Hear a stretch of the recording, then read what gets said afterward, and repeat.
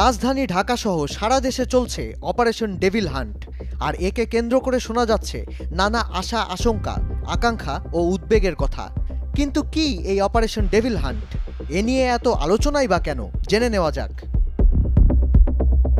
Operation devil hunt ছাত্র সমাজের উদ্দেশ্যে শেখ হাসিনার ভাষণের ঘোষণাকে কেন্দ্র করে 5 ফেব্রুয়ারি ধানমন্ডি 32 নম্বরে শেখ মুজিবুর রহমানের বাড়ি গুড়িয়ে দেওয়া হয়।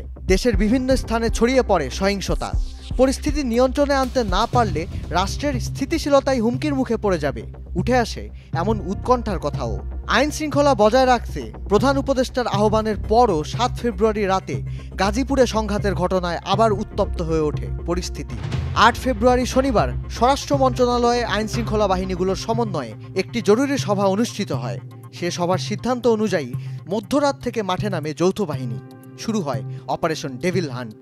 গাজীপুরে জেলা আওয়ামী লীগ সভাপতি আ.ক.ম মোজাম্মেল হকের বাড়ির আশপাশ সহ বিভিন্ন জায়গায় অভিযান চালায় আইন শৃঙ্খলা বাহিনী।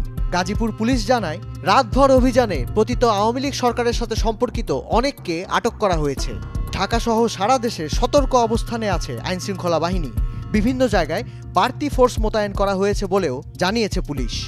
কতদিন ধরে চলবে এই অভিযান? অন্তর্বর্তী সরকারের স্বরাষ্ট্র উপদেষ্টা বলেছেন, ডেভিল যতদিন পর্যন্ত শেষ না হবে ততদিন চলবে অপারেশন ডেভিল হান্ট।